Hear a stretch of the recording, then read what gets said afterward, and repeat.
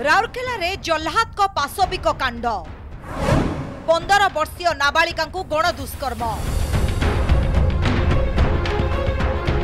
असुरक्षित इस्पात नगरी 15 वर्षीय नाबालिका अपहरण पर दुष्कर्म घटना सहर में चांचल्य खेलाई देछि।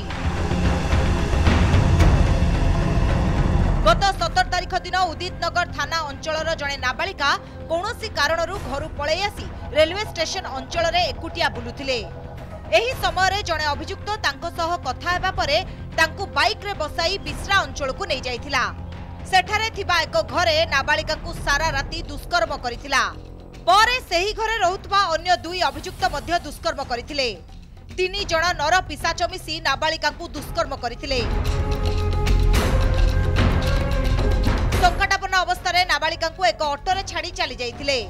परे गुरुतर अवस्था पुलिस नाबालिका को उद्धार करने सह परिवार लोकों को सूचना देइथिला।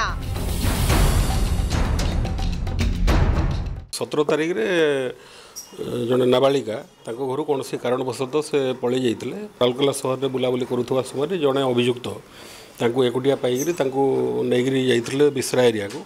बिस्रा आउ जड़े सहयोगी घरे 2 दिन रखिले एवं सेठी टोटाल 3 जण मिसी सहित सेक्सुअल असल्ट करिसेंती। आउे से पीड़िता को आनी से आमर बस स्टैंड पाखापाखि छाड़ी देते आमर पुलिस टीम उद्धार कलापर माँ को खबर दिगला। घटना रे पुलिस 3 अभियुक्त को गिरफ्त करी कोर्ट चालाण करिछि। सेपटे नाबालिका डाक्तरी माइना सह 161 धारा रे बयान रेकर्ड करा जाइछि। तेबे गत किछि मास हेला सहर रे नाबालिका दुष्कर्म भली घटना सामना को आसिछि। सेपटे जनगहलीपूर्ण बिस्रा अंचल रे एभली घटना सहरर सुरक्षा व्यवस्था उपरे प्रश्न चिन्ह छिड़ा करिछि।